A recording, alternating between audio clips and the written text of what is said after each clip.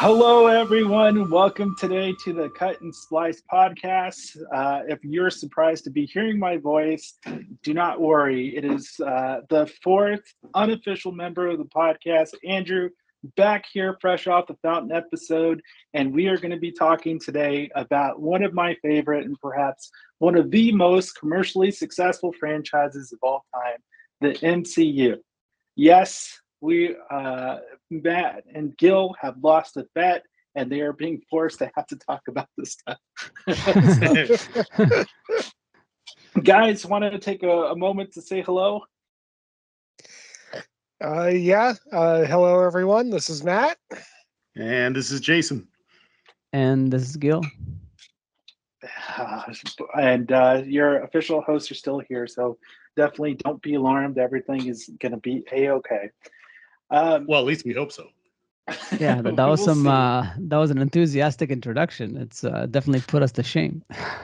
Well, there may be blood. It just depends on how deep into the weeds we get. But of course, today everything is going to be related to MCU. I think our main talking point will be starting off with the Avengers, but of course, since the MCU is now up to 29 different movies in the series, there's definitely a lot of room to go. So I don't know who wants to start. Should I? You want to go first? Well, I could just quickly, just to give the background why the Avengers. I guess that's the 2012 movie. Yes. Right. Yes. Yeah. So because I remember that we thought, should we do Iron Man, because that was the first official movie on the MCU, and then I thought that the Avengers is maybe a slightly more divisive movie that we would have more to conflict on, and it could be a jumping off point to the rest of the what came before and what came after, because it does feel in some ways like that's the midway of the MCU, isn't it? As far as it's It depends on how you look at it. Yeah, but it feels like that was the first phase, and then they kind of went on to set up the next Avenger movies. I mean, there was a sequel, right, to this. Phase one is the first 5 films and the Avengers in the 6th film. Then phase 2 starts right after that and goes all the way till I think Ant-Man or something like that. And then phase 3 starts with Civil War and goes all the way till the end of Endgame. Okay. Yeah. But that said, yes, go ahead, Andrew, as far as your overall feelings about the MCU and maybe the Avengers movie. Yes, absolutely. So, as all the regular listeners know, the many regular listeners, typically we're on this podcast. The guys like to talk about maybe more highbrow movies that people are less familiar with. But, mostly, but not always. Yeah. Occasionally there's a Jason episode here. Oh, well, I don't know if I should be like flattered or insulted. I'm just kidding, Jason. You don't need to be kidding. It's probably a very accurate statement. But when we start to look at the state of cinema today, there's clearly a very large elephant in the room that has just been kind of running rugged on the industry. And of course, MCU has definitely become a staple for many moviegoers. And one could make the argument that maybe that's not necessarily the best thing, but I'm definitely not going to be doing that today. I think the MCU and the Avengers movies have definitely done a great deal to make movie going into more of a special experience than maybe it had even been before. It definitely makes that something that happens maybe more often than we have had in the past traditionally. And I think it's really given people a reason to go back to movies and see things on the big screen, which I know in conversations in the past, we're all definitely feel very passionately about people seeing movies that way. But I think it would also help because, again, I'm sure everybody's going to have different opinions on this. In side conversations we've had with Matt doesn't really feel like they're movies. He's made the claim that they're television because and I'll let Matt go into it, but I definitely do not agree with that. So Matt, maybe you want to jump in here and share your perspective. Okay, so I I think when the MCU started out, there was an element to them that, like, to those movies that, like, were actual movies. They weren't just cliffhangers. And going into I like the first Avengers movie, I still think qualified more or less as a movie, in that, you could kind of sort of go into that movie blind and still enjoy it. It's not like a tune in next week. It's not like watching an episode of The Walking Dead or something where it's just like, okay, well, tune in 2 years and we'll pay off. We'll finish off your mystery boners. So I think 10 years ago, and I mean, Avengers came out 10 years ago at this point, uh, there was still some art left in the, few films and couple of digitals that Marvel had put out to the world. That said, Avengers stood out to me for a very specific reason, which is they brought on a cinematographer in Seamus McGarvey, and somehow that brilliant cinematographer still ended up lighting a movie like an episode of Saved by the Bell. And I mean, to me, that was kind of the indication of the beginning of the end of the artistic strength of the Marvel Cinematic Universe, in that, the only way that Seamus McGarvey lights a movie that badly is if the producers get involved and they're looking at the monitors and they're telling him, "Nope, make it flatter, make it flatter, make it flatter. No, make it more boring. No, just go boring. Go boring. No, don't do anything brave. Don't do anything bold. Don't do anything interesting. No, just go boring. Go boring." And he capitulated, and he's never worked with the MCU since. Matthew Libatique shot the first two Iron Man movies, and they look like junk. And we all know that Matthew Libatique is a really good cinematographer. He hasn't worked with the MCU since.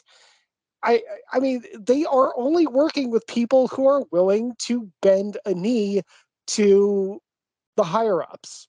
And it is hurting the art. Any artistic integrity that the MCU had early on with the first Iron Man movie, with the first Thor movie, and by the way, Kenneth Branagh should get a lot more work in the MCU, but I don't even know if he would want to work with the MCU anymore. I mean, like, he made the best Disney live action remake of all the Disney live action remakes, and he made one of the better MCU films.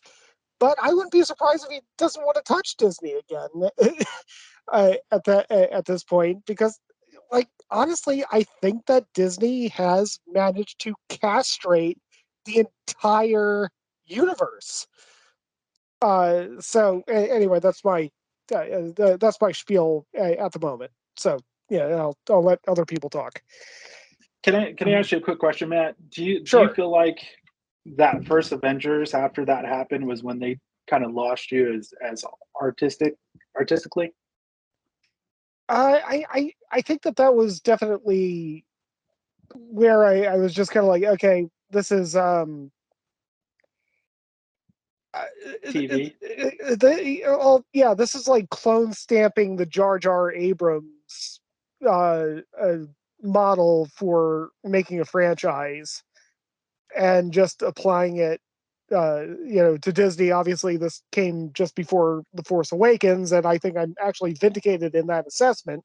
This came after Jar Jar Abrams destroyed Star Trek, and before he came in and destroyed Star Wars. And I think that we're following the Jar Jar Abrams model of, we're going to just handle our theatrical releases the same way that we would handle television, which is tune in next week, only we get to charge you, $14 a ticket to, to have us finish off your mystery boners instead of, just whatever you're paying for your streaming service. So yeah, I think that was basically the start of the downfall.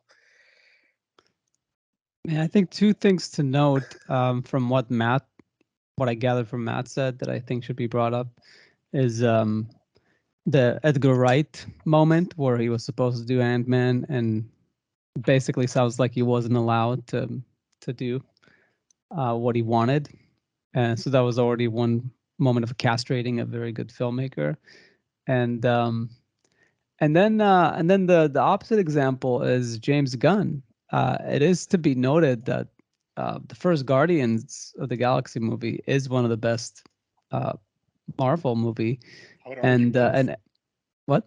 I would argue both of them.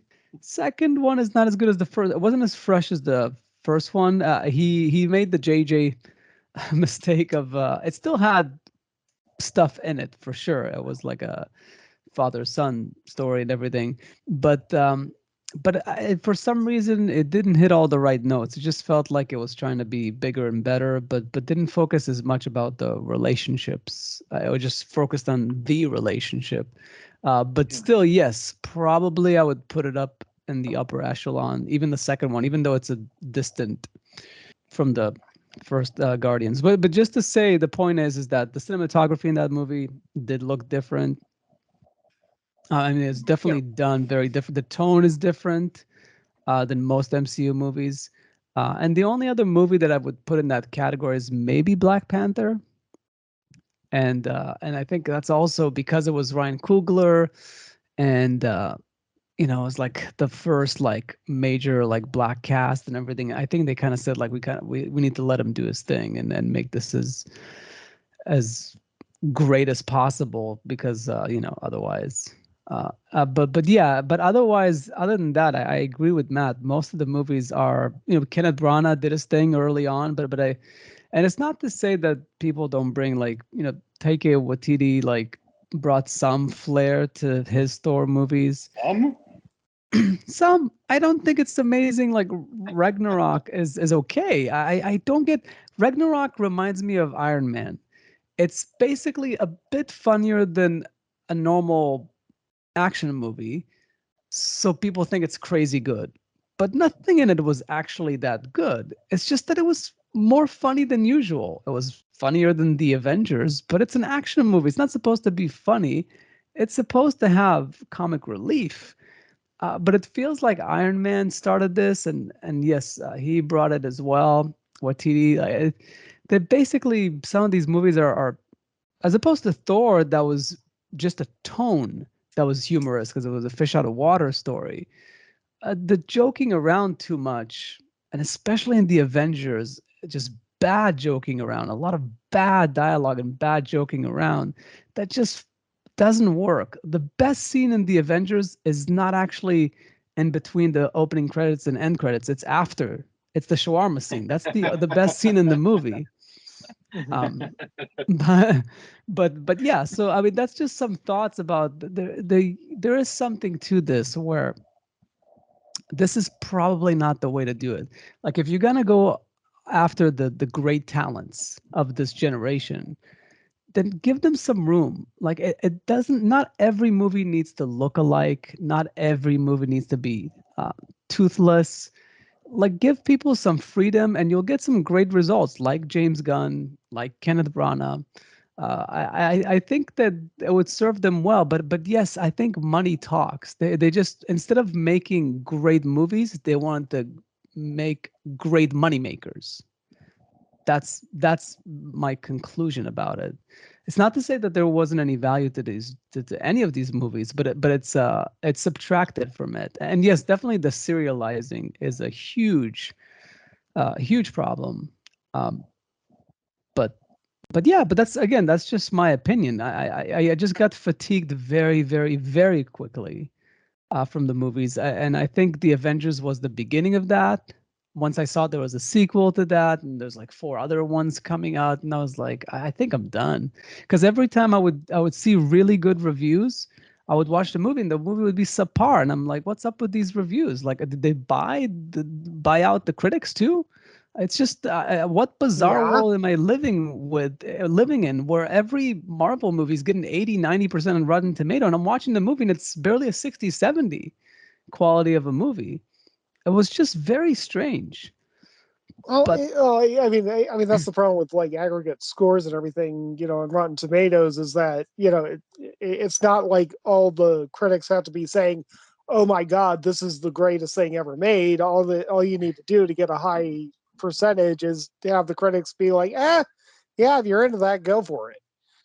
You know, and I think that that's been the goal of the entire MCU for the last 10 years. It's just create something that's good enough to get the critics to say, yeah, like thumbs up. yeah, Yeah, but why again, not? but You it's know, fatigue. Just the fatigue alone, I would think that critics would just turn on them. I mean, I rated the Avengers 7, and that's a rating from back when, I don't know, probably from 2012, and that's not a bad rating, but it's also not a great rating. It's an average movie. Like the way I feel about most of the MCU, a good 90% of it is just meh. It's just average movies, and that's why I stopped watching them, because I'm not a kid anymore, and I don't have the time to spend watching all these movies. So I'm only gonna watch an 8 or a 9. I'm only gonna watch a movie that's outstanding if I have the time for it. So that's why I felt like all they're giving us is basically TV episodes. If they're all average movies with the occasional like standout, it means you're making too many movies. It means that if you've made half the movies, maybe most of them would be better. I don't know. That's the feeling that I'm getting. It's a quantity versus quality issue. I couldn't help but think about Roger Ebert's review of Dark City. Roger Ebert just kind of he said in his review of Dark City, uh, if Werner Herzog is right, that we're starved for new images. This is a movie to nourish us. And yeah, I mean, you contrast something like that, and I mean, I put Dark City on a pedestal, unlike most people. I mean, I think it's one of the greatest films ever made. But then you compare that to the MCU, and it's just like, it's like the MCU is just feeding us familiar images all the time. Like you don't go to an MCU movie expecting to see a new image or expecting to see something that you haven't seen before or that you didn't imagine would be on screen before you sat your ass down in the theater and the movie showed up on the screen. You don't go to an MCU movie for that. You go to an MCU movie for familiarity. Matt, do I remember correctly, or maybe I was misunderstanding what Gil was saying? Did you not rewatch the movie before this podcast? But Avengers? Yeah. I started it. I No, saw but it he like said that he watched a bunch in the theater because he was projecting it. Yeah. No, I'm talking about rewatching it. I'm talking about watching it right now, like as in the last 2 days. No, not in the last 2 days. It's very frustrating. Well, Okay. I can give you my quick like as far as my evolving view about it, like seeing it, just finished it like yesterday, I think. Um the things that I would maybe, if I were to give credit to, um I don't know. Well, that's the other thing is Joss Whedon. I really feel like he's a very good writer. I don't even think that he's a great writer. I just think he's a very good writer, especially for TV. But he's not a good director. I don't think he was a good choice to direct. They should have like maybe given him like I think, did he write some of the movies early on or something? I don't know how he got into the director's chair, but Probably it's because he really, was the best choice. I guess so, in their mind. Well, yeah, because he's a toothless, like, Wow.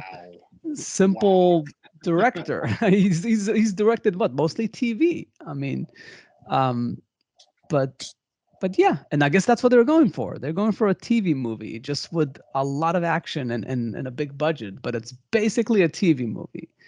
That's what it feels like. The coverage is like a TV movie.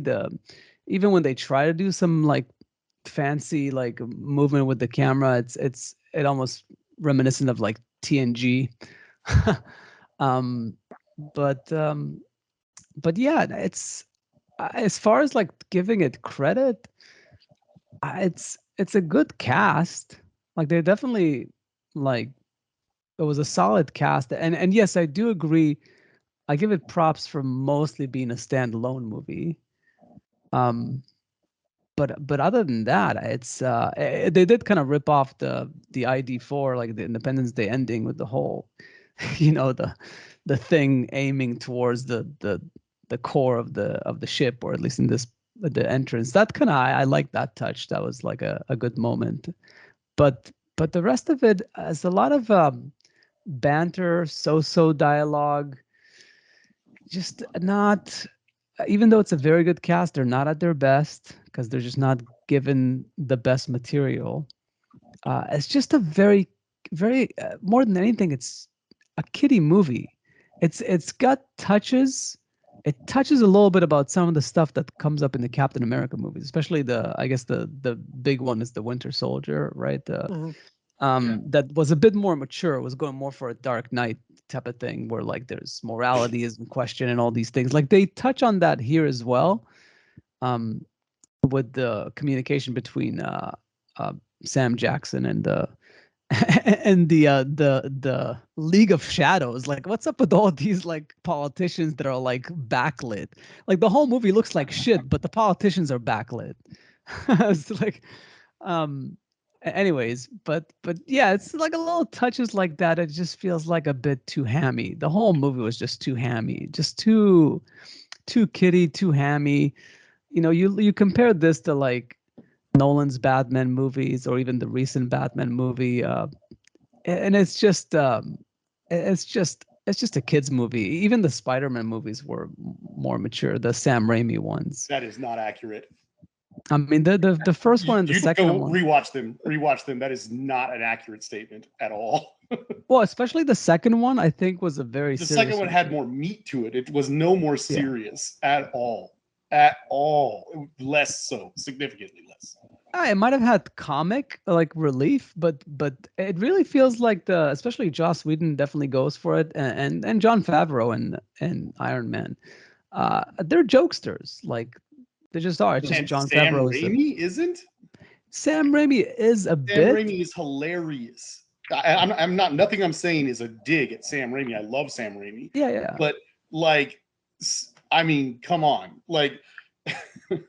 Well, he definitely went too far in the third one, but that was just trash. Yeah, but it's basically this. The second one is where he calibrated himself, and then the third one he got a little bit too happy. I definitely agree that the second one is the best one for sure. Yeah, but I don't know. But obviously, like Jason, you should go. Like, because I think It's hard to know where to start. Honestly, yeah, very hard to know where to start. I mean, Matt didn't watch the movie, so I can definitely understand that he's drawing off of the last. I don't know, Matt. When did you see it last? 7 years ago? 6 years ago? More recently than that, but I mean, all I'm saying is that you're drawing off of your negative opinion that you already had about the movie. Gil, I don't know what your excuse is. If you just watched this movie, I don't get it because I don't know what you saw. Honestly, I don't. Like, look, Matt has been saying for years now that the MCU as a whole and the Avengers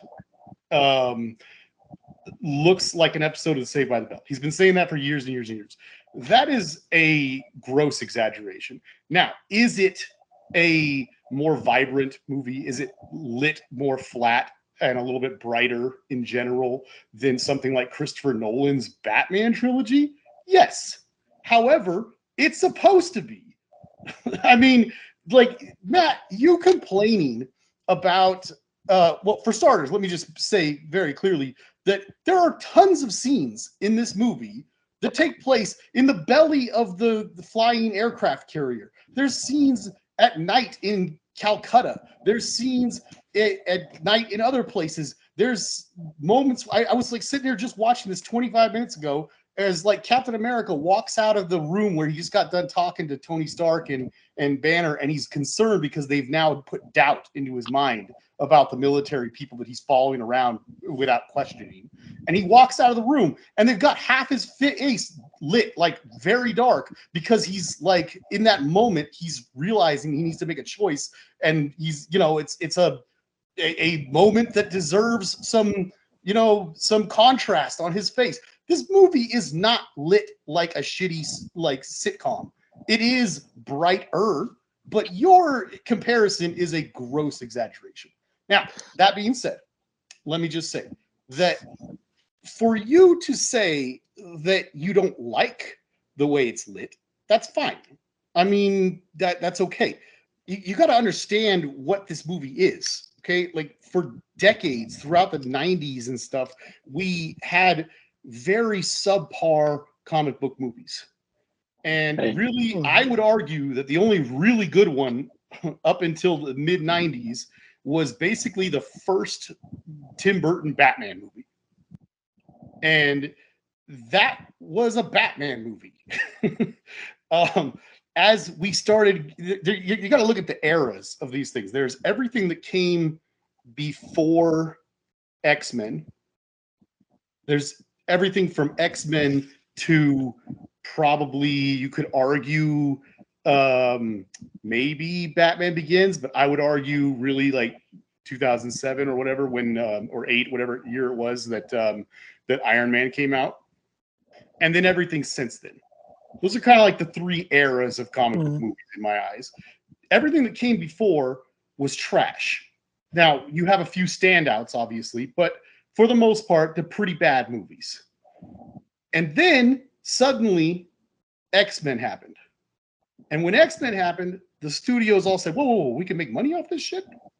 And then you started the next, like, I don't know, probably 6 or 7 years, 8 years, almost 10 years of time, where they were cranking. Marvel sold off a ton of its rights to a bunch of things. So did other companies. They started cranking out movies left and right. Fox, Sony, all these different companies, right?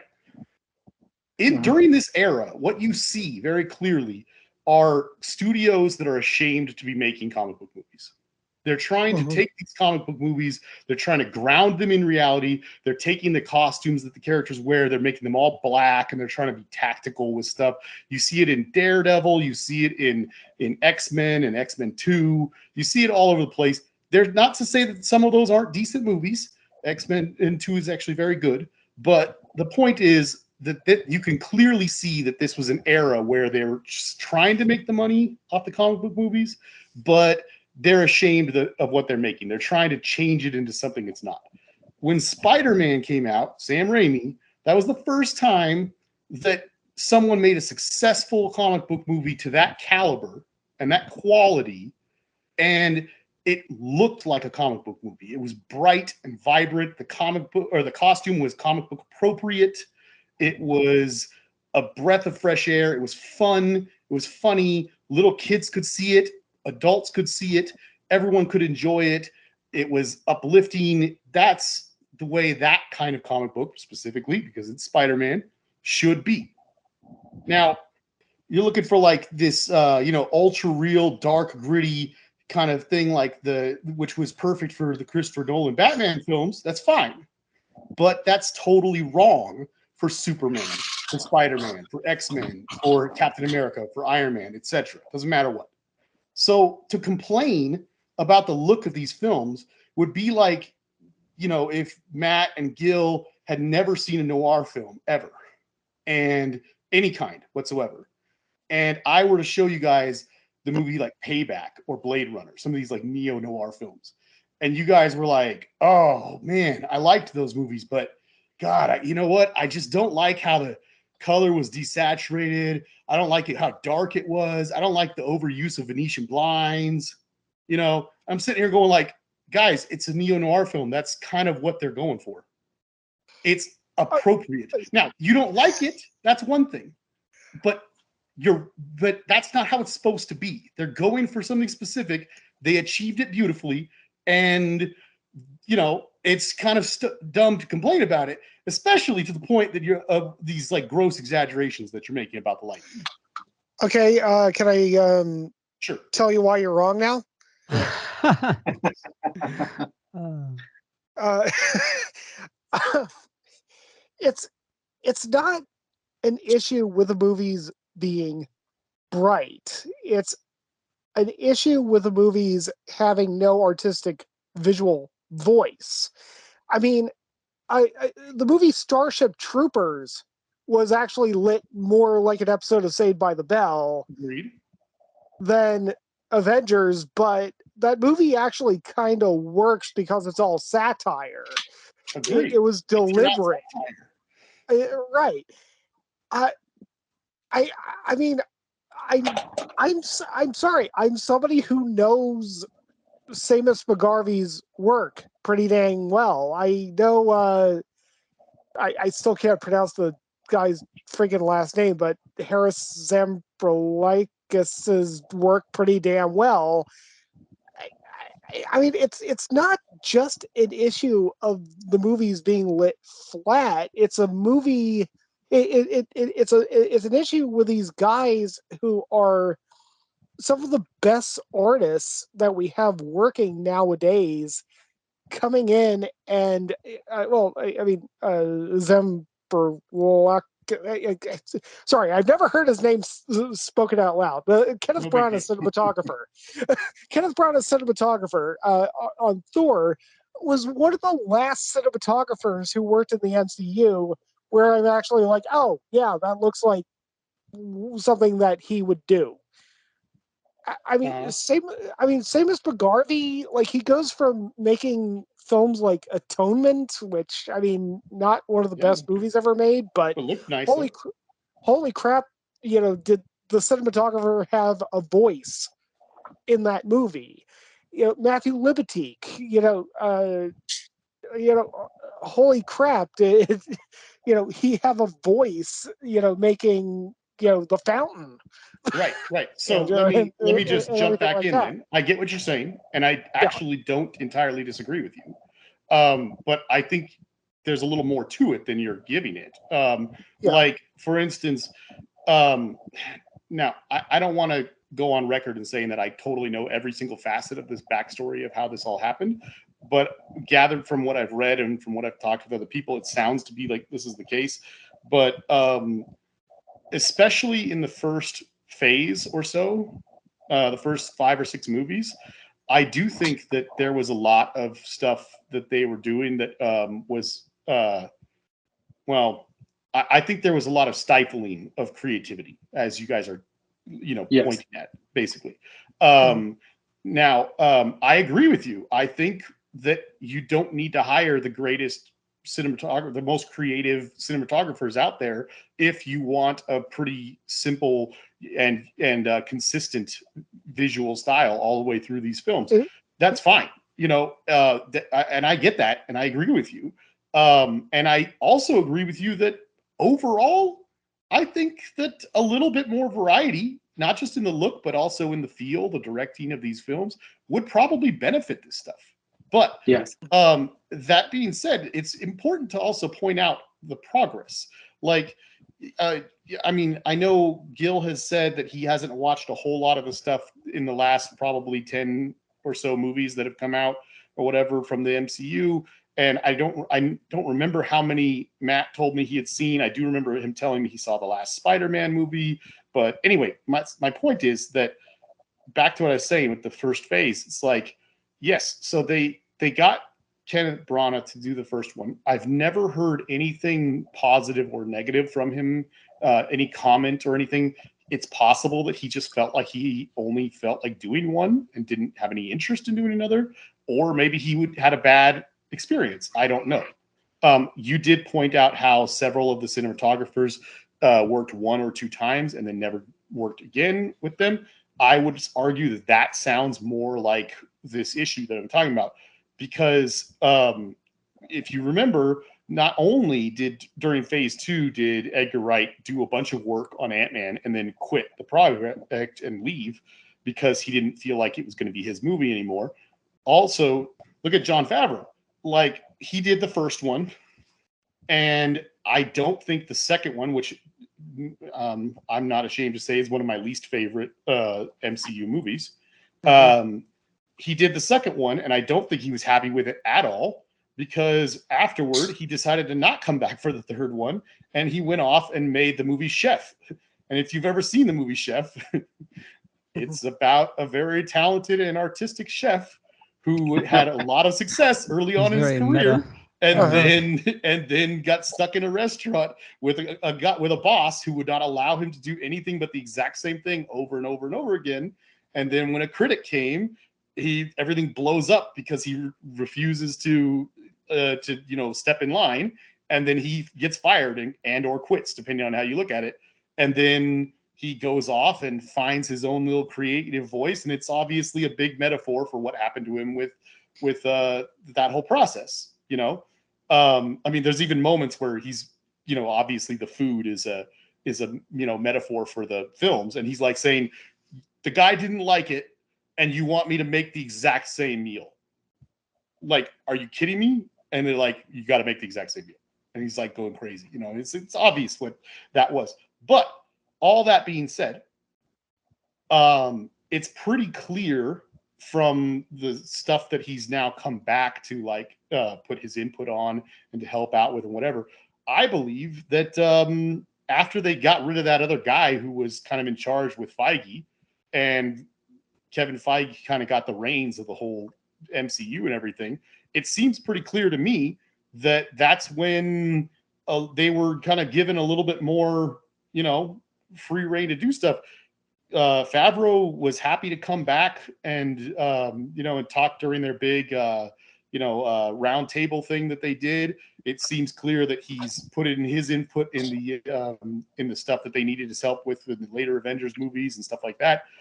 You've got people, even Joss Whedon, who had a horrible experience with the second Avengers movie, came back for that as well. And then right as that happened, they were both commenting in that round table thing about how they were really surprised and they were really happy to see that they allowed Taika Waititi to do what he wanted to do and make his kind of movie. And all I'm saying is that if you watch all the movies, I think while some of them are not as good as others, I definitely think that you see them kind of allowing them to do more later on. But also, just in general, I think that your statement that there's no variety in these movies is wrong. I mean, aside from just the first Thor movie that you mentioned and the Guardians films, which have a very distinctive feel to them, very different from the rest of them. Ant-Man is a heist movie. It's very funny, and it has an entirely different kind of humor to it than what you'd find in, like, say, Thor, or something certainly different from what you'd find in the last Taika Waititi movies, the 2 Thor movies. And those 2 movies are extremely different. I mean, and then as you mentioned, Black Panther is pretty darn different as well. I would argue that Captain Marvel is too. I just kind of think that some of the reasons why it's different are not necessarily some of the strengths, but that's a whole nother discussion. It's definitely interesting because when it comes to some of Matt and Gil's criticisms, I definitely feel very much aligned with it. I frankly have gotten a bit disillusioned with the MCU since we've lost Robert Downey Jr. and of course Chris Evans. I think the loss of that star power hasn't really helped the MCU. I would agree with that too. I think they've been struggling, but I think when you talk about the artistic quality of the movies, we have to definitely keep in mind, they are popcorn movies, definitely geared towards maybe more family and more younger people. They're not necessarily striving towards, hitting grand slams like with The Dark Knight. But I mean, the key is I think MCU is heading to a point where they are getting more open to variety. I definitely feel the hands of television on the MCU with some of your guys' points. I think they're fair, but I think it's an ever evolving process. Like they're figuring out what to do and how to adjust and how to make these movies still be relevant and interesting to an audience. And they, more often than not, aren't even necessarily successful. I frankly haven't been very happy with the last few, MCU titles that I've seen, and I usually see every single one at the movie theaters. But it'll be really interesting to see what we get on the other side. But I find it difficult to think that they're without artistic merit, especially since they are trying to execute a very specific type of art, maybe their vision of art clearly. But I definitely wouldn't say it's without merit. One of the problems with, Matt bringing up like the Dark City, for example, I definitely admire his passion for it. But the problem is that, how many people have actually seen it? Right. So, I mean, it's difficult to have that be part of the conversation when, that's not really something that with people get that much exposure to. And, let's say you have the Matrix at the same time. And, the Matrix is what everybody knows because that's what people actually went to see. So I think it's important to keep in mind that the MCU culturally, is something that's been extremely relevant over the last 10 or so years of filmmaking. And it's something is likely to be relevant for the foreseeable future. And my hope is that, artists, directors, cinematography, everybody gets the creative freedom to be able to make these movies more different and be able to put more of their touches and personal spin on it, because ultimately we get way better movies. Like the ones we're talking about, these beloved, standout gems, were the ones where, it felt like they did have the creative freedom to do that. The more we can have of that, I think the better off we'll all be seeing these movies. I guess just a few things to touch on or respond. The serialization, the issue that I have with it, I do agree that much like a Star Trek TV show or any good TV show, you're going to have some subpar episodes, but you're going to have those standouts. So I think it's perfectly fine if not every movie is going to be a home run, and there'll be the occasional Guardians of the Galaxy, Black Panther, the Winter Soldier. Like some of these movies definitely stand out. But the big issue I have with the serialization is that I can't watch all these movies. I just don't have the time to do it. And then when they come with these like big event moments, like the second Avenger phase with the end game and whatever the other one is. That would have been the third phase, but yeah, we know. Yeah. But in any case, that there's not enough context. I watched those movies, and there's just not enough context. And yes, they're better made than the Avengers. And I didn't watch Age of Ultron because I just heard bad things, and the Avengers was just not great, so I just didn't see it. But still, even still, it just feels like a lot of noise and a lot of fluff and just a lot of just nothingness. I don't know. There's and the counter argument to that, I understand that saying Dark City is not helpful. Matrix would be a better example. The Batman movies would be a better example. I understand that not all comic books look alike. The X-Men movies were fairly colorful, but X-Men 2 was actually about something. It was an allegory to being homosexual, that that they're part of society, but they're not accepted by society because they're queer.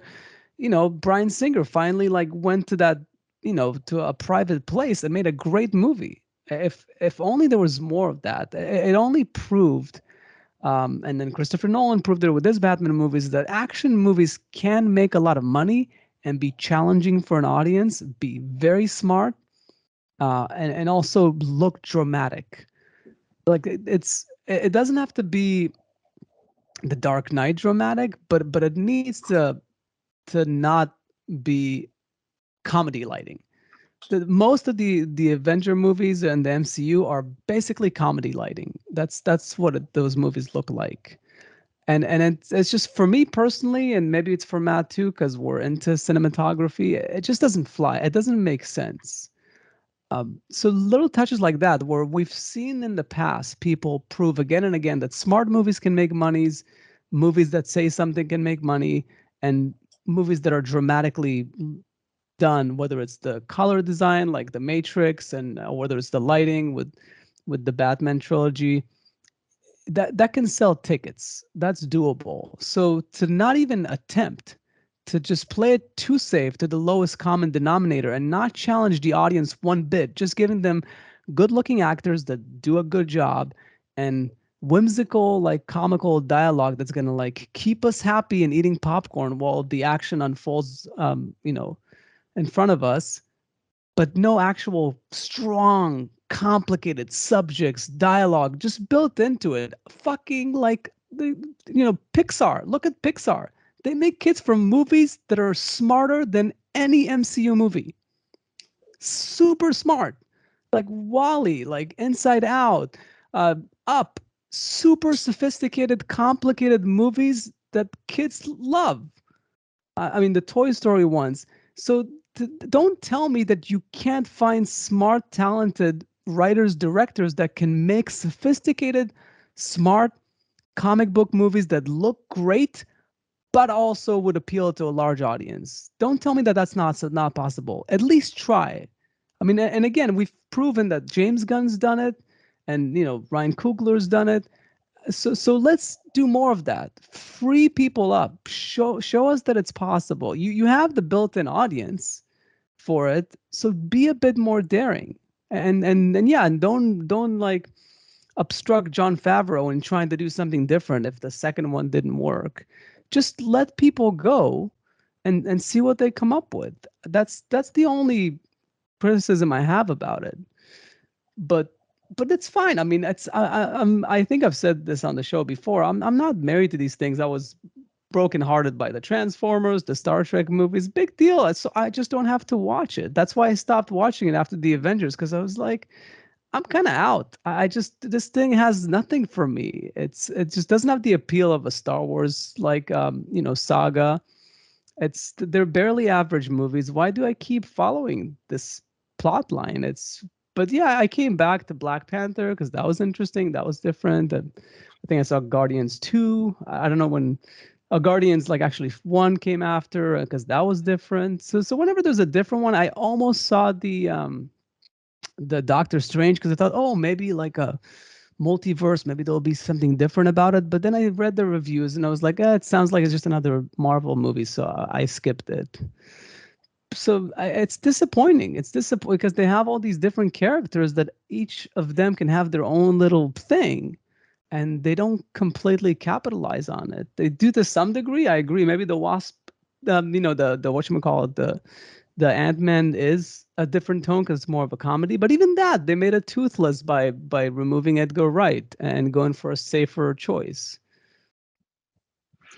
Yeah, and Gil, I definitely identify a lot with what you're saying, but I definitely also don't think that the movies are completely devoid of trying to touch on some of that stuff. You've mentioned some of the gems that have been very successful with really kind of helping to have that deeper subtext. But even in something like the Avengers, I definitely felt like there was still some of that at play. It's just that the problem with Marvel movies, especially in this earlier phases, they were just trying to cram so much shit into like one movie, and especially with the universe building, that it made it difficult just to tell a simple and successful story. And with the Avengers, you have so many different characters in it, but they all did have little different things. It's just it was crammed in a lot, and I don't think maybe you necessarily cared for the package. It's funny, some of the criticisms that you have, campy dialogue and stuff. Some of the stuff I love the best about the movie. Especially Robert Downey Jr., Tony Stark. Any line of that out of the movie he has, it's just, to me, spectacular. But I mean, I don't know what kind of dialogue you want, to be honest. I think, especially when it comes to the Avengers, I think it's outstanding. Yeah, I'm not saying the best I've ever seen. Nothing close to that, but I mean, shit. I can try to give you specific examples, but to me, if I compare that to say like The Dark Knight. That was a serious movie that had light moments. Apples Or you know what? and oranges. Something different. Independence Day. And Independence Day, Same kind of. You have quality comedic lines that do not detract from the story. They just provide levity. Same thing. But for some reason, I can't explain it. As I'm watching it, it feels a bit too forced. And these are good actors. These are good actors. I don't know what to say. It's like you're watching a different movie. I'm actually gonna briefly hop in on Jason and Andrew's side here. I'm not in general, like broadly, but I mean, particularly with Captain America, they actually managed to give him some really poignant, powerful lines during the course of his tenure on the in the franchise. I mean, some of the lines that they gave him, like hit me right in the gut. But he gets the real meat for sure. Yeah. Well, because he's the Boy Scout, yeah, for sure. Well, I mean, when you've got Tony Stark on one side who's making a lot of jokes, which is fine because it's kind of his character, and then you've got Thor who's being dead serious, but to us it's funny because of the way he reacts to things very unnaturally. It leaves Cap being the most serious out of all of them. He's the parent in the room. The adult. Yeah. But I mean, the funny thing in this whole discussion is that there really is no way to please everybody. I mean, like the most recent Batman movie was basically my ideal level of levity. I mean, like I don't like levity. I like I like movies that suck your soul out and make you feel like a piece of shit when you're done. I mean, to me, the thumb drive line in the Batman was actually enough levity for me. Like, okay, that's funny. That movie had almost no levity. It had like three. That's why I'm scared. It's definitely not a good example. Because the thumb drive scene and the moment where the greatest moment in that entire movie, actually, when the Penguin is like waddling away with his little shackles on his feet. Yeah, it's like I don't know why I was the only one in the theater laughing my ass off. I thought that was incredibly funny, but that's it. Like the movie has no levity. Like read a Batman comic. It's got a lot of levity and it's, maybe less so when it's written by Frank Miller, but I mean, he's one of dozens and dozens of authors who've, written Batman. I mean, I think Nolan's movies have just the right amount of levity in them for Batman. Yeah, I definitely think like when it comes to comic book movies, like The Dark Knight, without question, is the gold standard. And it's a perfect example of kind of like the point we're all making. Like when you go and you give a filmmaker the creative freedom to do what they want to do, and you let them utilize the talents at its disposal to do what they do best, you're going to get a great movie, always. And no, not always, but I think you'll get something. You'll get a daring movie. Yeah. Mm-hmm. And the problem I think with the MCU is that they just don't do that. And I think maybe it's for the universe building or just for the sake of consistency or whatever. But it's it's something I definitely hope they get to the point that they do. I think, unfortunately, Matt, most people aren't like you, where they can't do movies for like 3 hours with a joke or two. Like it's, I think, it's not about can't, it's about don't want to. Yeah. I mean, like I personally, I enjoyed the Batman. I don't think I'm in a hurry to see it again, like the way I was with Dark Knight. Dark Knight, I walk out of it, I want to go back and I want to see it several times in theaters. The Batman, I'm one and done. I could go back, never see it again, and be perfectly happy. And I think that was one of the key differences was that lack of levity to help break up all the darkness that was a part of it. Sadness, clouds, crime. Well, Well, about the Avengers, like as far as the humor in this, I didn't rewatch it, of course, but Iron Man I think was similar. It's just that Tony Stark character is just too jokey. It's just his character, but he's not the Joker. It's like there's one thing if in a Batman movie the Joker is going to be funny at times, but it feels like every other line from his mouth is like this snarky, humorous thing, and it's just met people that are like that witty. it's too much. Again, like if you go back to like Independence Day, it's comic relief. It's not comedy. Like it needs to be a relief every once in a while to have levity. It's not a barrage of jokes. This is not a Mel Brooks movie. We don't need to crack a joke every time like, you know, there's an exchange between two characters. It needs to come just in the right moment to have a moment of levity.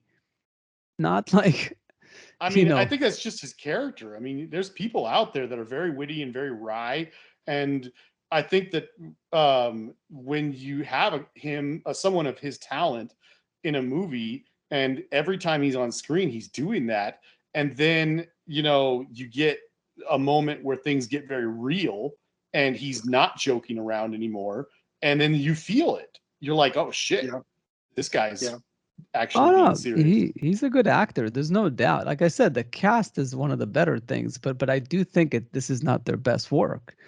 I mean, they're doing okay with so material, but yeah, mostly it's just cartoonish. What it feels to me like it's a live action cartoon. That's what but not Pixar cartoon. That's what it feels to me. That it's a kiddie movie where the original Star Wars trilogy and Independence Day and some of these my favorite like action movies, T2, The Matrix, those are adult movies. Those are adult action movies. Like even 300, Watchmen, just to give examples, even X2 I felt like went in the right direction, but that kind of, but they didn't continue it, I think, with the new next generation movies. Like those were a little bit meh. Like I just feel like those are adult movies. Like this is live action comic books. It's not a cartoon. Go to the Disney Plus and watch the TV Marvel shows. This is in the theater, big screen, live action, great actors. Give me an adult movie. Even the original Superman was more adult than this, even though it was tongue in cheek.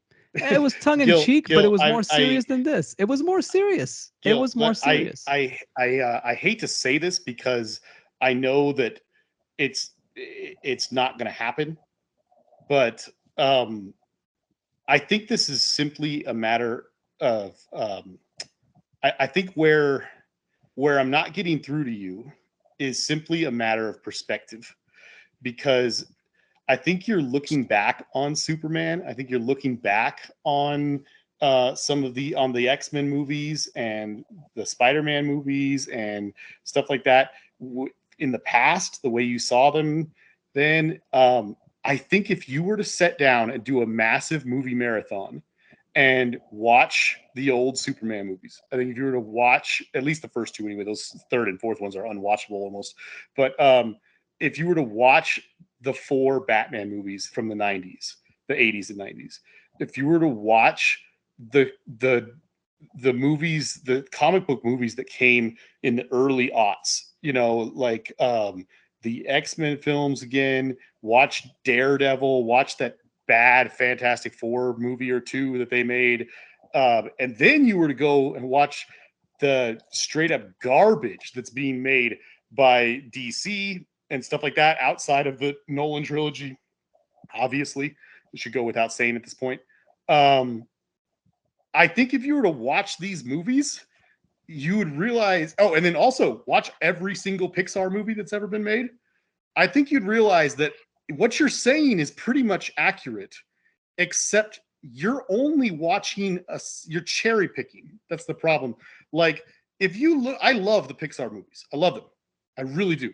I'm not even sure if there's any of them I don't like. Maybe if I really thought about it and looked at the whole list, I might be able to pick out one or two or something like that. But Brave. I love Brave. I just think it has a really bad. Oh, geez, first and third I act thought of that Brave was are very awful. good. No. That's a Okay, good one. but Anyway, all I'm saying is, I agree with you. Wall-E, Up, certainly Inside Out, Toy Story 3.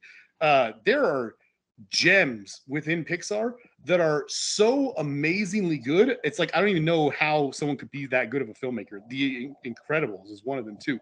But look at all of them. There's a bunch of lesser Pixar movies out there as well that aren't even close to that standard. And when you look at how many movies Pixar has made, I would say that the ones that fall close to what you just said are about 1 out of 3, maybe less.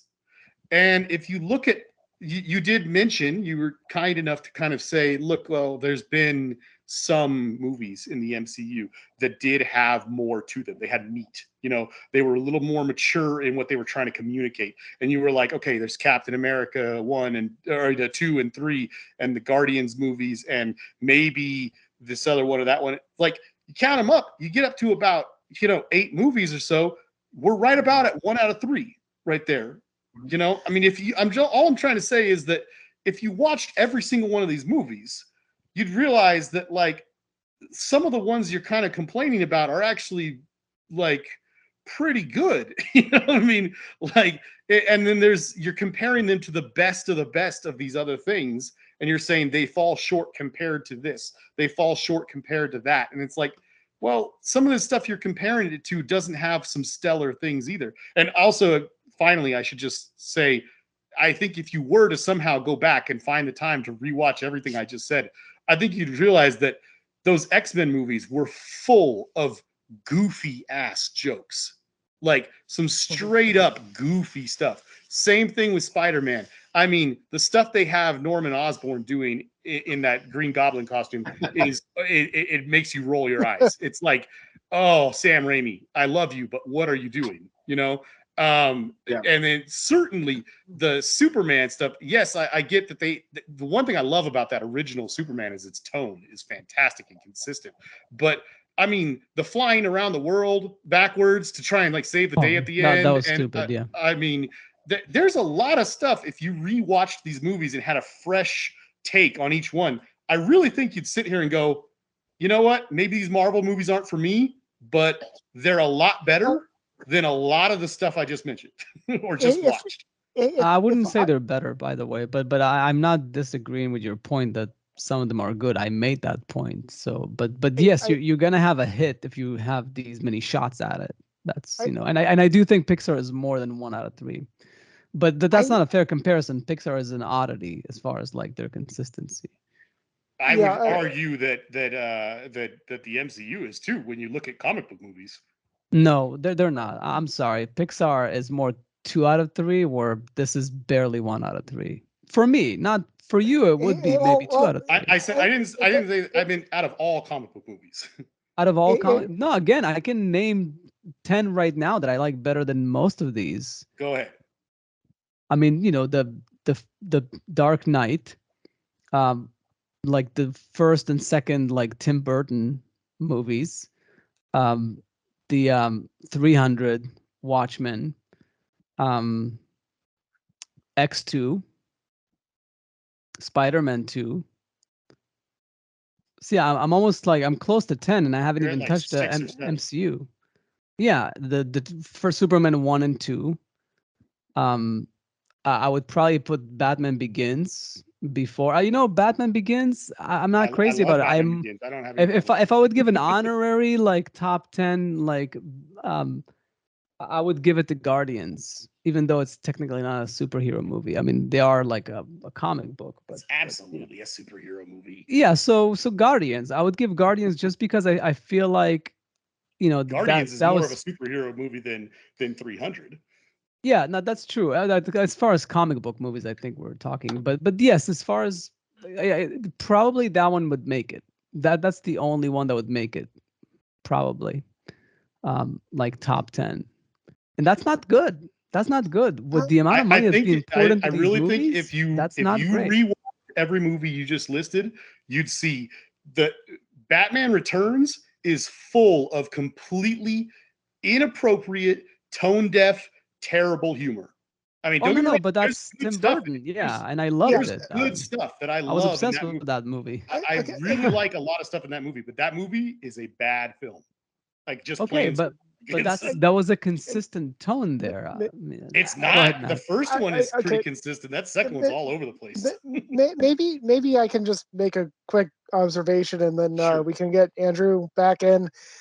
But like, fundamentally, I think we're getting down into the weeds of personal preferences, and the reality is that we can make certain observations about movies that are just true or false. Sure. Man of the Hands of Fate is not as good of a movie as The Godfather.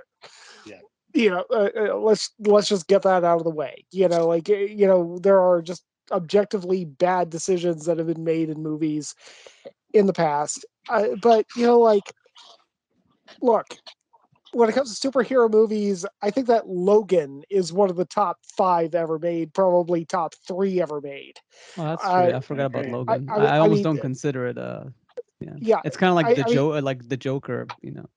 right? That's a fucking Don't get me masterpiece. started on that.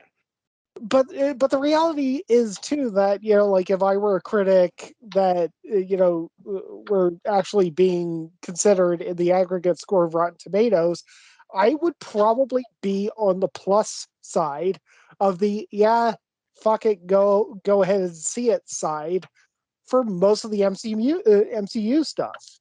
I would probably just be like, okay, if you want to take your kids to see a movie and you want it to be safe and you want it to be something that like they're not gonna be traumatized by some violence or gore or sex or anything like that, and maybe you'll have some fun too, and it's just gonna be 2 hours, and it's a safe bet. Go for it. Yeah.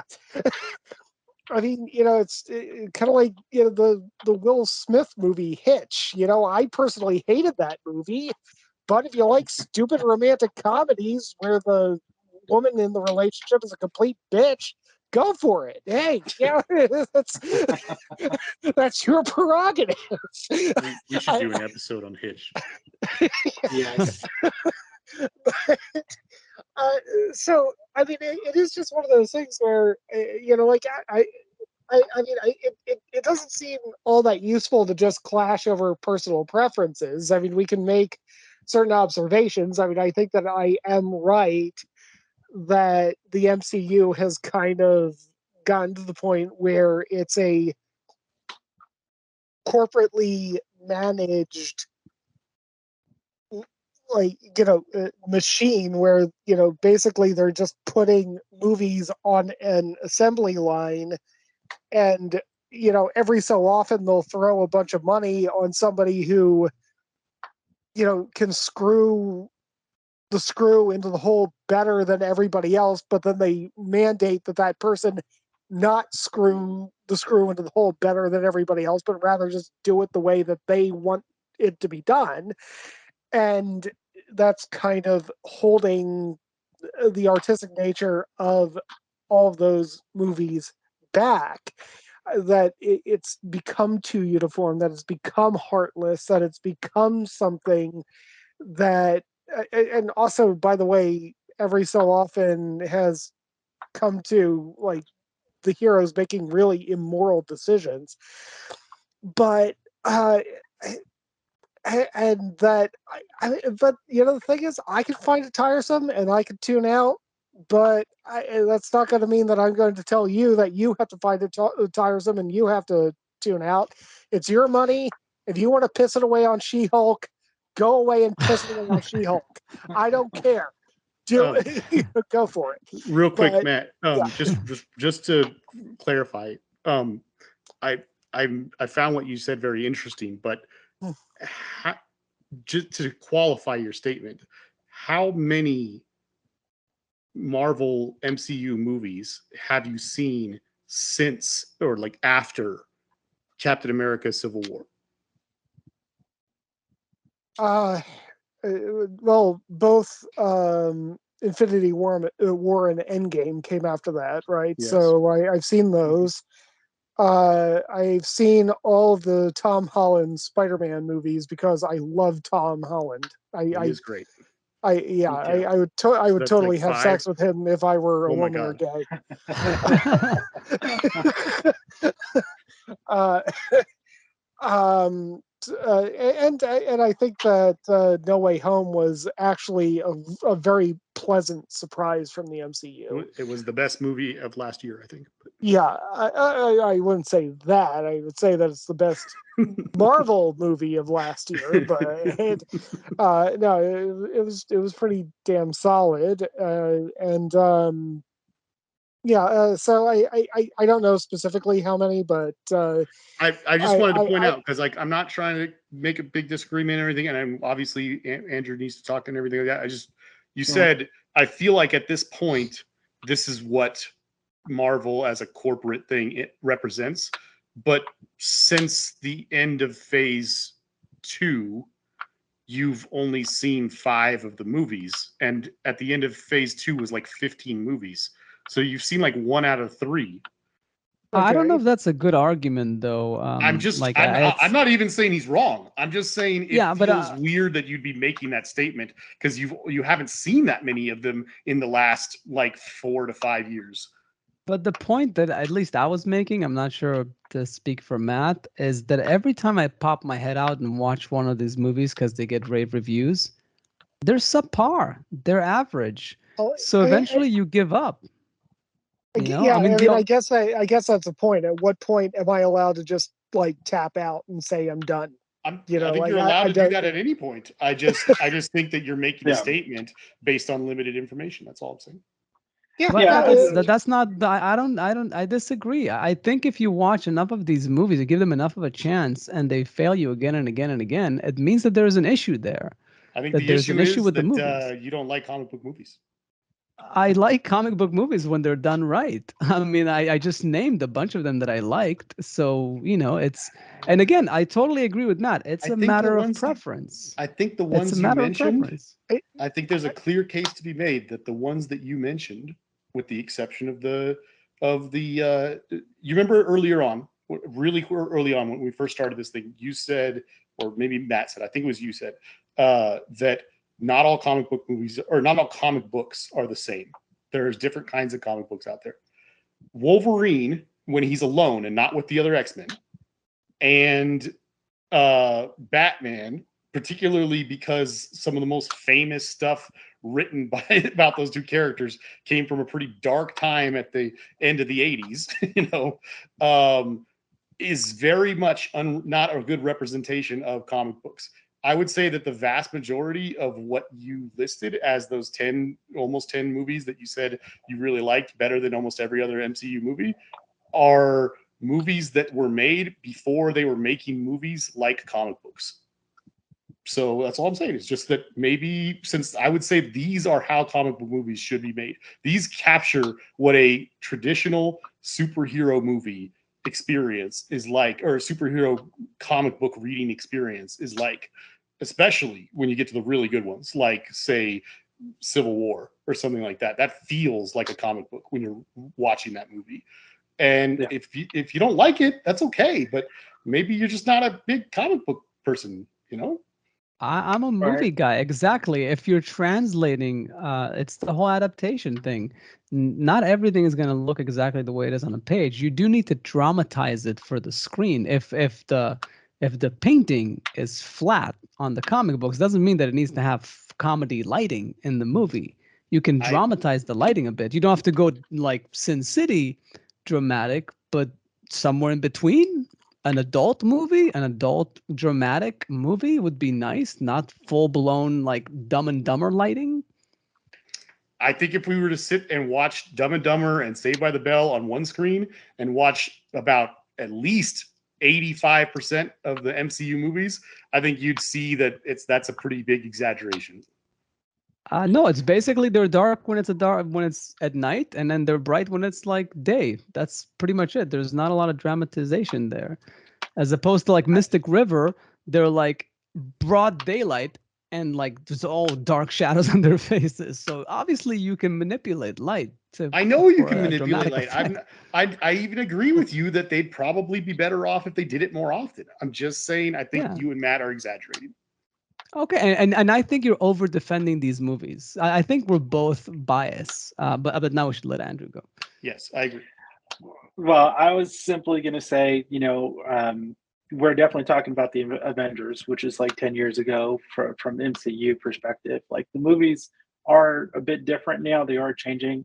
Like Gil, you mentioned like how heavy-handed the comedy was in the original Avengers. Well, there really hasn't been a movie that comedically heavy from the MCU, I would say, up until we hit Thor Ragnarok. But the nice thing is because there are so many of these movies being made, they are being given a bit of a rope to be a bit different and to try different things, and with characters that aren't as well known. You have things like the Eternals that came out, which was very different than I think any of the MCU movies that have come before it. Doctor Strange, the Madness of the Multiverse, was definitely very different. Definitely had Sam Raimi's thumbprint on there. He Absolutely. probably didn't have the same creative freedom, but like some of the comparisons and some of the things you guys are talking about are a bit different when it comes to like what MCU movies are coming out now. Now they are still flawed. They still do suffer from some of the things that you all have been talking about. Like there's a lot of what Gil and Matt have said when it comes to their criticisms that I think are totally valid. But I for me, for somebody who's mainly been a popcorn movie guy, an action movie guy, and stuff like that, I always try to find the substance wherever I can, and I don't necessarily think this is just like, as Matt would like to say, like an opiate for the masses. There is some meat there.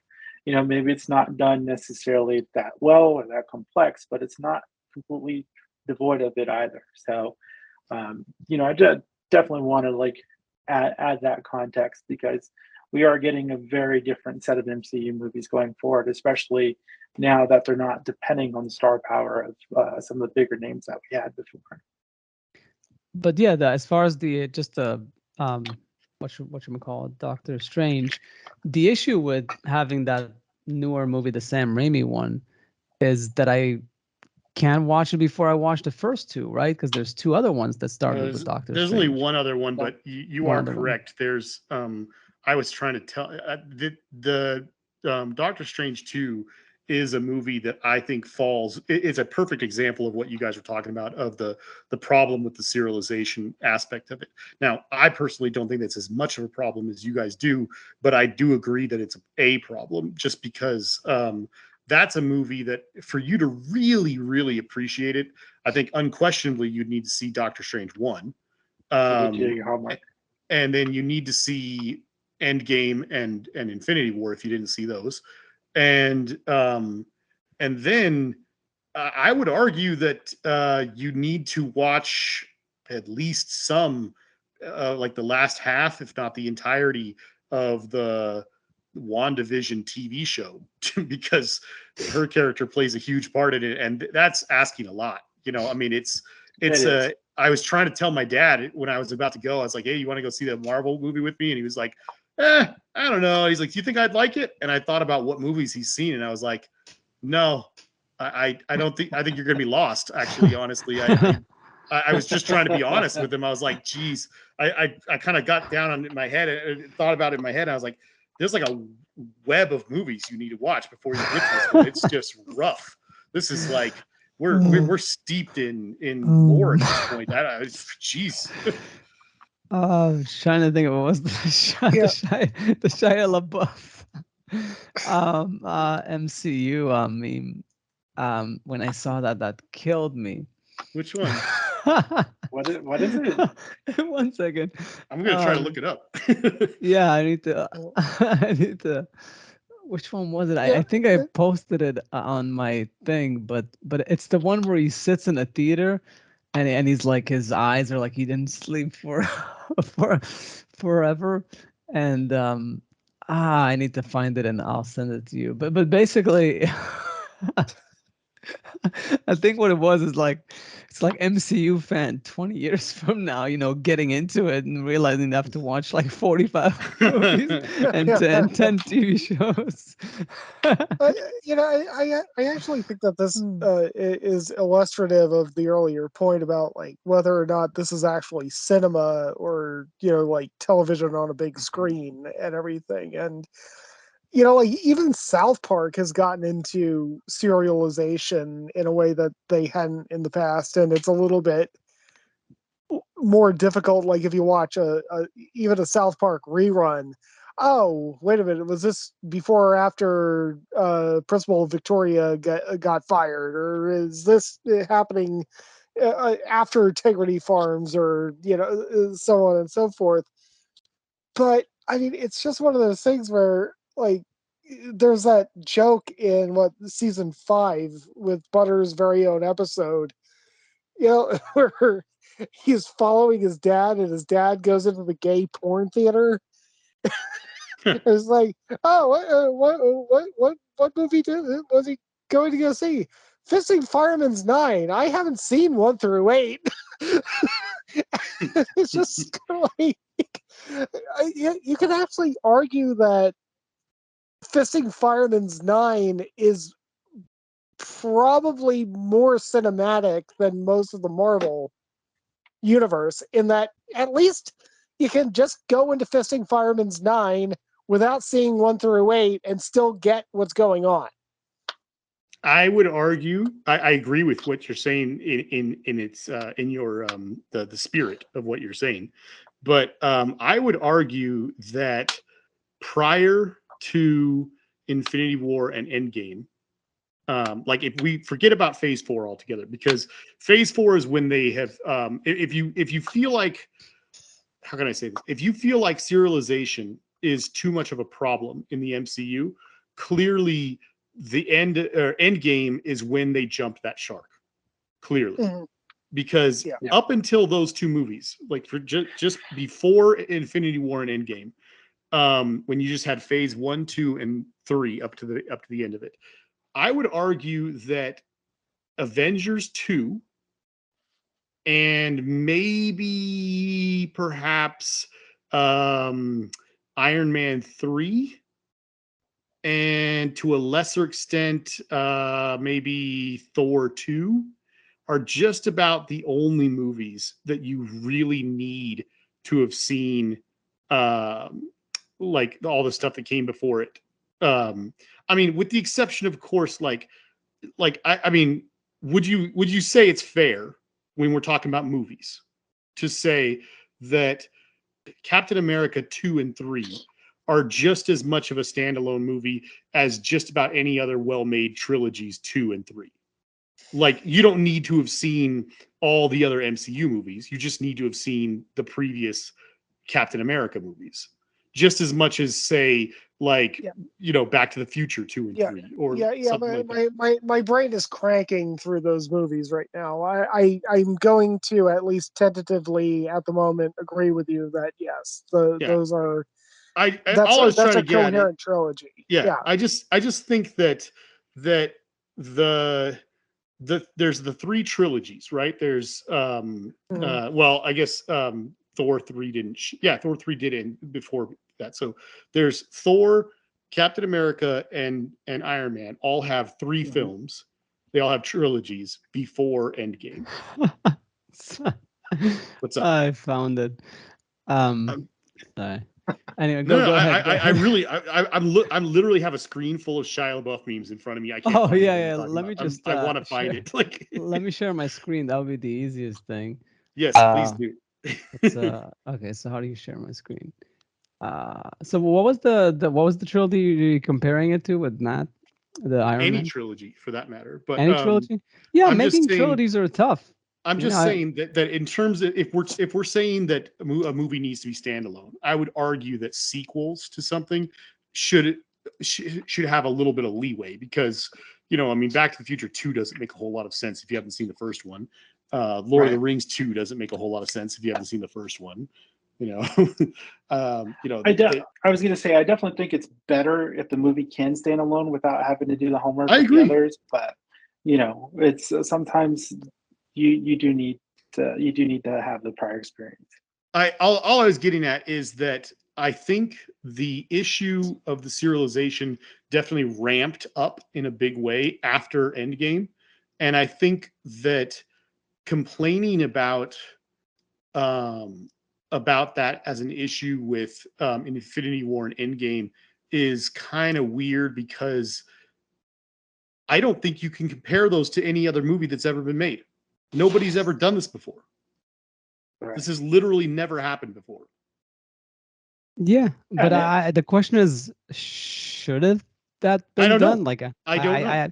I think this is for TV. I think what makes more sense is what they're doing with Star Wars. I guess there's like multiple TV shows that are completely different stories set within the same universe, and then you can pick and choose which one you want to, which rabbit hole you want to go down. With this, and are you seeing my screen now? Yeah. Sorry. Yeah. So here's On the Skype thing or what? Oh, on the yeah, there it Skype is. So new MCU fans from 2056 having to watch 182 movies and 35 TV shows just to properly understand the new movie. Yeah, that's pretty much Fair. what it's a problem. Like it's basically a franchise for people that have have the time, which obviously me, an adult with kids, don't. If my kids were older, I could just go with them, but unfortunately, they're coming out at the wrong time. Maybe I'll catch up in 10 years or something. I don't judge anybody for not having the time, but I did want to just make one little argument. I know Matt told me earlier, many months ago, that he doesn't necessarily agree with this, but I think that this argument is less relevant now than it ever has been in the past of cinema, because we're living in a new age now, with the internet being what it is, with streaming services being what they are. I mean, if you have Disney Plus, we're only talking about we're only talking about time at that point. And again, I'm not judging anyone for not having the time to watch all the movies, but we are in a time where there's unparalleled access to these films. And I just feel like right now, if somebody makes it a priority, if they want to stay up to date with these things, I don't think there's anything preventing them from doing it. Yeah, but I mean, obviously, I think I generally agree, but I mean, it's just one of those things where I just think about priorities, and I mean, as well as anybody that I'm like a lifelong Star Trek fan. Right. And I mean, I can tell you right now that I would rather watch Star Trek Nemesis on a continuous loop for 48 hours straight than watch anything that they call Star Trek that came from Alex Kurtzman. Okay. So I think that's a fair, based on our previous conversations, that sounds like you. So yeah, I mean, it's just like I not only will I not give Alex Kurtzman any of my money, I will not give him my time anymore. I mean, I won't watch Fast and Furious in space again. I will not. But you saw 9 in theaters? Oh yeah, Star Trek Beyond. Yeah, No, yeah. you said Fast and Furious. Oh, I'm sorry. I didn't. You must not have realized that the Fast and the Furious franchise actually did go to space at this point. Oh, well, they're supposed to be going to space. No, they are. Did you see the last one? They went up into space. Oh, that's right. That's right. They did. 2 of them. I'm sorry, Matt. I assumed I knew what you were talking about. I didn't. No, I was talking about Star Trek Beyond because it was directed by one of the Fast and Furious. Yeah, the Fast and Furious guy. Yeah. I was still with my ex-girlfriend when I went to go see that in theaters, and she actually told me after the movie that she could tell when I was really pissed off because we were holding hands, and I was actually starting to hurt her, apparently, because I was squeezing her hand too hard. It's like a lie detector test or something. Yeah. You must have been squeezing her hand throughout that entire movie. Yeah. Not on that dirt bike scene. God. I don't want to get off topic, but Matt, I'm just curious. I know Nemesis is one of the worst of the first 11 movies that they made, but was Nemesis directed by Riker? No, Nemesis was directed by Stuart Baird. Oh, I don't know who that is. Okay. Well, That's he's probably an why editor. it wasn't as good as the previous two. No, yeah, Jonathan Frakes directed First Contact and Insurrection. Right. Okay, cool. Yeah. Just wanted to see. I wasn't sure if he did that one or not. Yeah. By the way, we're more dramatically lit than most of the MCU movies. The Nemesis was a horrendous looking movie. Oh yeah, yeah, but it was dramatic. It was a movie. That's the best example. Basically, the MCU looks like the Next Generation TV show, whereas even when they shifted to the movies, they changed their lighting. They made it more dramatic. It wasn't hospital lighting. I agree that you can see a big difference between the well, I don't know, correct me if I'm wrong. I feel like both First Contact and Insurrection had more contrast and looked more like a movie than Generations did. Generations is a bit brighter for sure, but it was still a movie. Like it was still done. Like you definitely noticed. But obviously, I would the biggest argue difference, that the MCU movies are somewhere halfway between those. When I say those, I mean Next Gen TV and those movies. Yes, I mean all the TNG like was adequately lit. It's just that with the TV you usually just have set lighting, and it's not like it's not a soap opera or a sitcom, but it's still a set that's pre-lit. That's true. So it's kind of like tends to be fairly uniform. And I agree that the MCU movies have dramatic moments within them. It's just that they could be a bit more dramatic, but it's fine. I mean, we've already tread that subject. Real quick before we go any further, I just wanted to just say this one thing is that I know I kind of touched on it very briefly, but when I was talking about what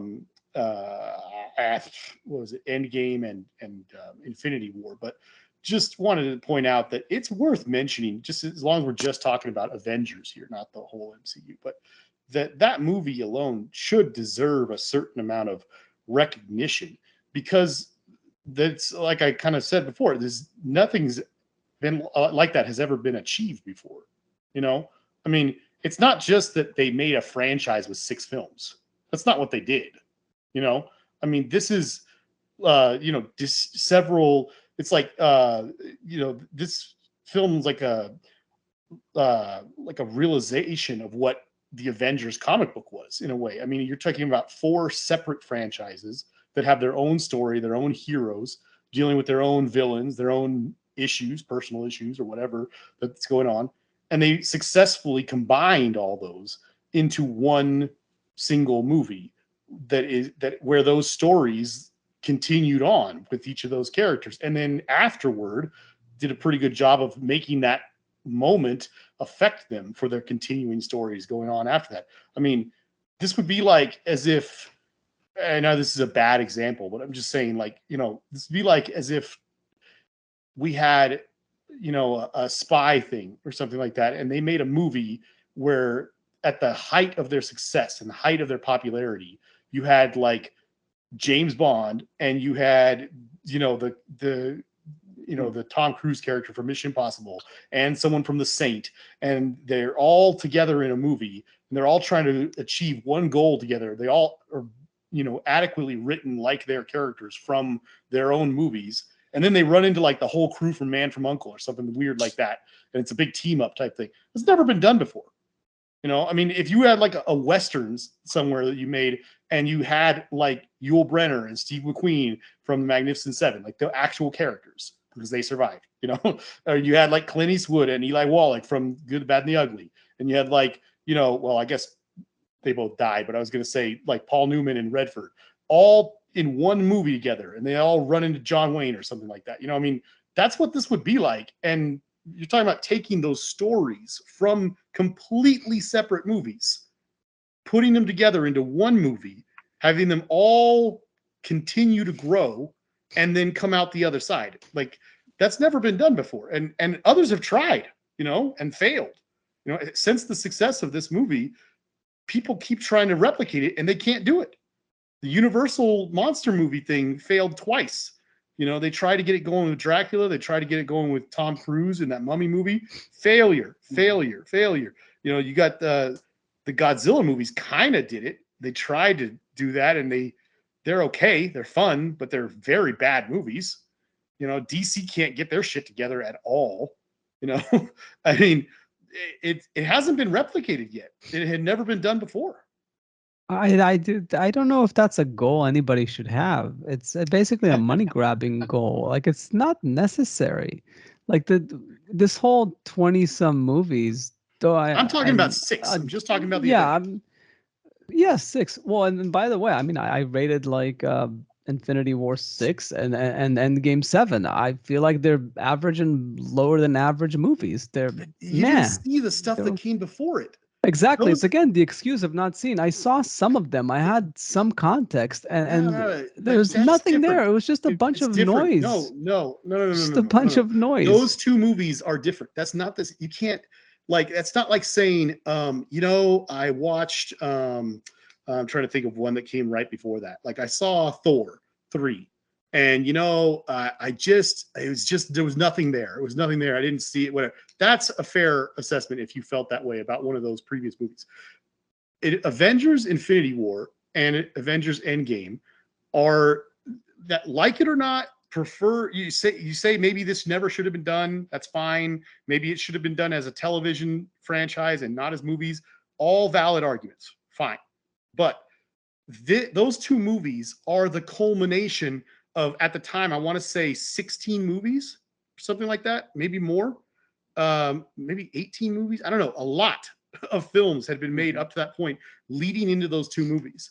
That has never been done before. You look at the Bond franchise; those are all completely disconnected movies, with the exception of the Daniel Craig 4, 5, whatever.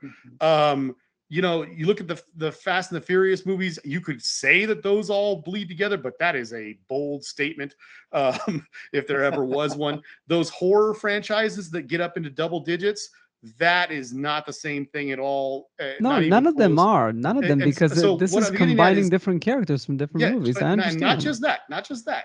We're talking about the culmination of that many films, that much story going into those two things. And it was written as a kind of an end point. Like, yes, they did continue it on afterward, but you could get to the end of Endgame and just stop. It's a very good stopping point. Which like those two, that's a fair argument. Fair. But my brother was pissed off when he found out there was going to be more movies. Like, whatever happened to reboots? Couldn't we just stop, give it a few years, and then reboot these characters? Like, whatever happened to that? They've got a hell of a lot more story to tell. They haven't even touched on half their roster. Which makes it a TV show.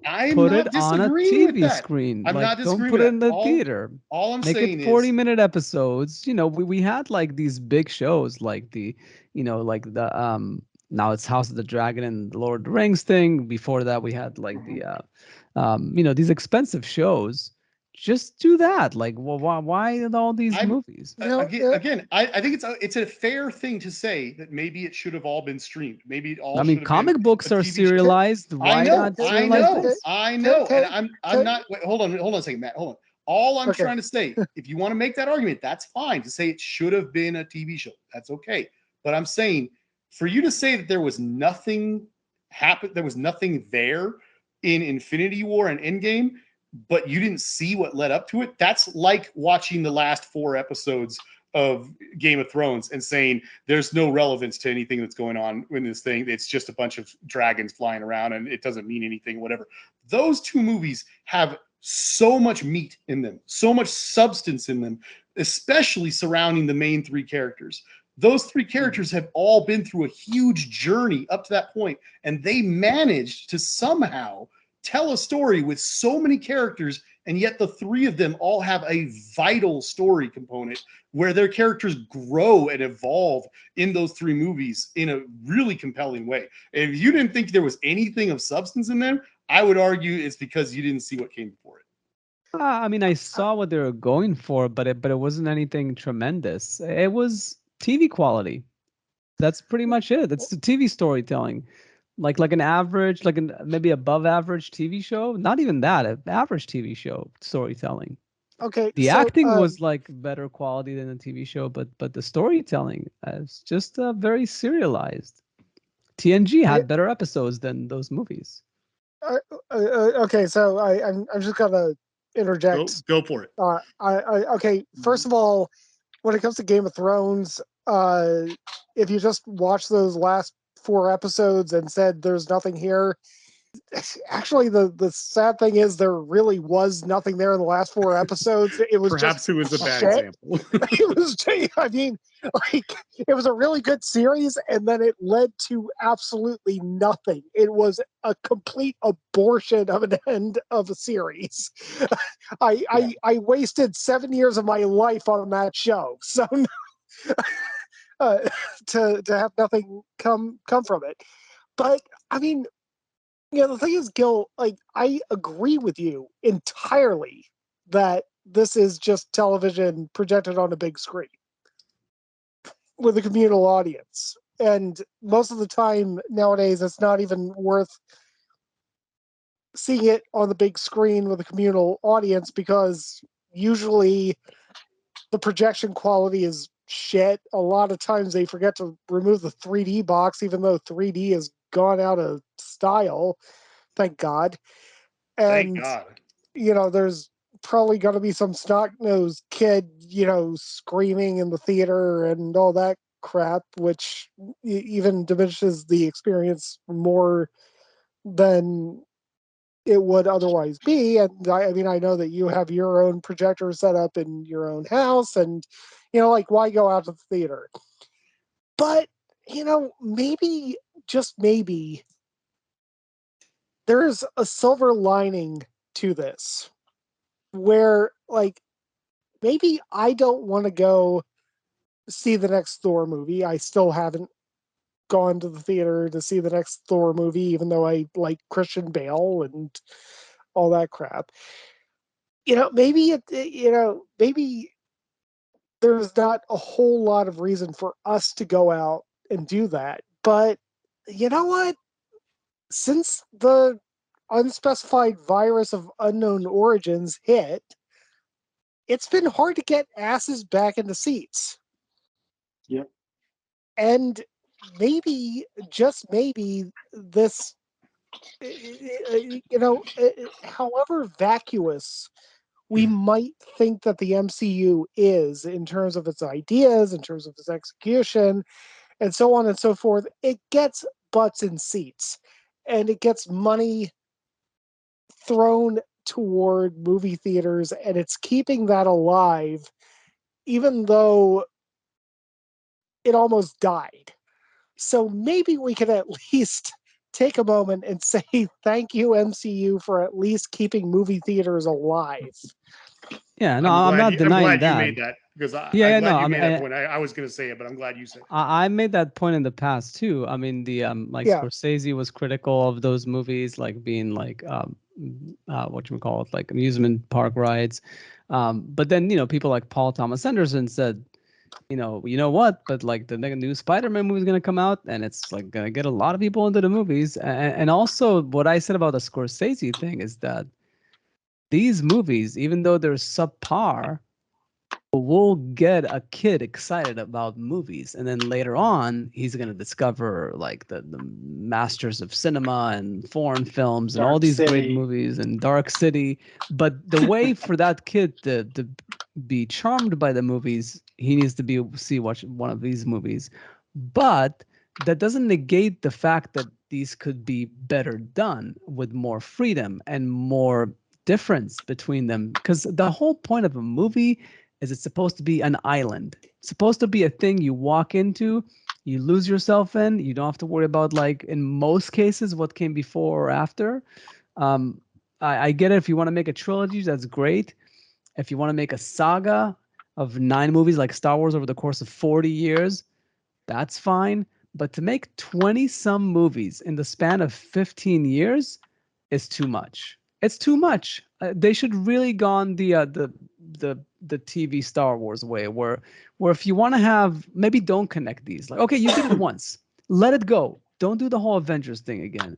If you want to have an Avengers movie, have an Avengers movie, but then create a different universe with like, just Captain America, or just like, so if I want to follow that thread, I'll follow it. But like this whole connecting of all these movies together, I don't think should have been done. I mean, you could have done maybe 6 movies leading up to the Avengers, but it seems like Jason says I needed to watch 16 movies.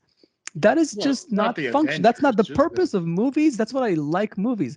Like the Oscars comes around, I can watch 10 movies and basically be prepped for the show. Whereas with this, it's TV. It's like the Emmys. I can't watch the Emmys because I haven't seen 90% of the TV that's out there. But that's what's great about movies, is that it's more concise, it's more manageable. That if you watch the top 10, 20 movies of the year, which is manageable for most movies people to watch in a year, then you kind of got a good sense of where movie is, like where the movies are at the moment in time. But with TV, did you watch this show? Did you watch that show? No, there's no way I'm going to watch all these shows. And this is what this feels like. Yeah, I definitely think that's a fair point, Gil. But I mean, I also want to echo some of what Jason said too, because even though like it's too much, not just for you, Gil, but I mean I've heard that from a lot of different people too. Like there's too many comic book movies, there's too much to see. I really can't keep up with this. I think those are issues that MCU has to resolve to be sustainable and to be able to move forward in the future. Like my wife, she barely pays attention to these movies. She'll go with me if I ask her to, and she'll get excited occasionally for some, but she's definitely not following it like the way Jason or I would. And I think she's more of a good example of probably more so of what an average like film goer might be like. And I think the more that MCU requires people to do homework to be able to enjoy these films, the more detriment it's going to cause to the overall experience, and it's going to they're just going to wind up doing not as well as a result. But I would actually argue that that's true. Or I'd not argue. I would also like to say that's probably how I feel as well. Yeah, I think. God, I almost lost what I was going to say. I'm sorry. But I do think to Jason's point, it is remarkable what they have managed to accomplish. And even though it's maybe not necessarily for you or Matt, like the experience of being a kid who's excited to go to a movie and see Spider-Man or Captain America, or even Captain Marvel and some of the other female superheroes, to have that representation and to have that be a gateway to other things. I definitely think that's a cap in the MCU hat. That's definitely something to be celebrated, and the fact that they have helped to keep movie theaters going. That was one of the first things I said at the start of the conversation. Like some of the first big events that people started to go back to theaters for after the pandemic was the MCU, and that was after having things like Tenet and a couple of other fairly different titles. Like they're definitely helping to reinvigorate movie theaters, and I definitely think that is a huge benefit to all of us. It wasn't Nolan, and it wasn't Scorsese, and it wasn't Alfonso Cuarón. Like those are the ones that just made it to the Oscars, and that's it. And we all agreed that Tenet wasn't Nolan's best. That's for sure. Yeah, and I didn't even realize what was happening when it was happening right in front of me, in the early days, which was, like I was working projection at a multiplex, and we switched from film to digital, and their idea of a projectionist was one dude or gal walking around just making sure that the digital projectors were turning on at the right time. And that was only if they didn't need to call them down to work the concession stand. I started work at IMAX, doing IMAX film. They were paying me, what would now be less than minimum wage in Arizona to do that. and then I got to work on Dunkirk several years later after, a whole bunch of things changed in my life. And the projector that we use on Dunkirk hadn't been used since Interstellar. So, I mean, like, it had just been sitting there collecting cobwebs since Christopher Nolan's last movie. I came in, we did that for 5 weeks. I was supposed to come in and do the same thing on Tenet, but, the unspecified virus of unknown origins hit, and that stifled that. And yeah, I mean, movie theaters have been sadly, not doing well for a long time.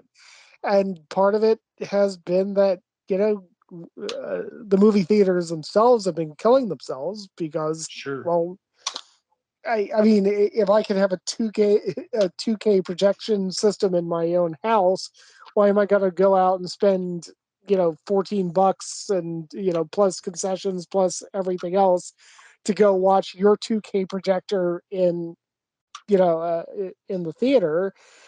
Uh, like, it's odd that anybody projects film anymore. It's odd that, projection quality is actually a major priority of the theater companies. And yeah, I mean, it does take these big movies that are made by Marvel and made by Disney, no matter how much I might not like what they're doing with the money that they're putting on the screen, they're getting butts and seats. And so long as butts are getting into seats, every so often, the smaller movie is going to get a butt in the seat, and somebody's going to watch it the way that that movie should be watched too. So I'll take it in stride. I'm not going to throw a lot of my own money at these movies, but I'm not going to sit here and say that they should go away. No, of course. I don't think anybody is saying that. It's just Yeah. that I just wish that they took 2 steps back and allowed the creative people to take 2 steps forward. That's all. I just wish that Precisely. it wouldn't be as micromanaged. That I Yes. know that there's some Here, here. variation between these movies, but I wish that it feels like TV has become that way, where showrunners and creators get more freedom in making TV very unique, all different shows in different ways. And it's sad that it's not the reverse in movies. That's why a lot of people say that TV right now is where the serious drama is because that this is what we have at the movies. It's kids movies for adults. Like it's live action animation. So I just wish that there was more like, if you're gonna get top talent, let that top talent go loose. Let them do their thing. And you have the money. You have so much money. If you lose out on Eternals or something else, like, or whatever movie that doesn't like make the 5, 6, 8 billion dollars in the theaters, you'll be fine. Take a chance.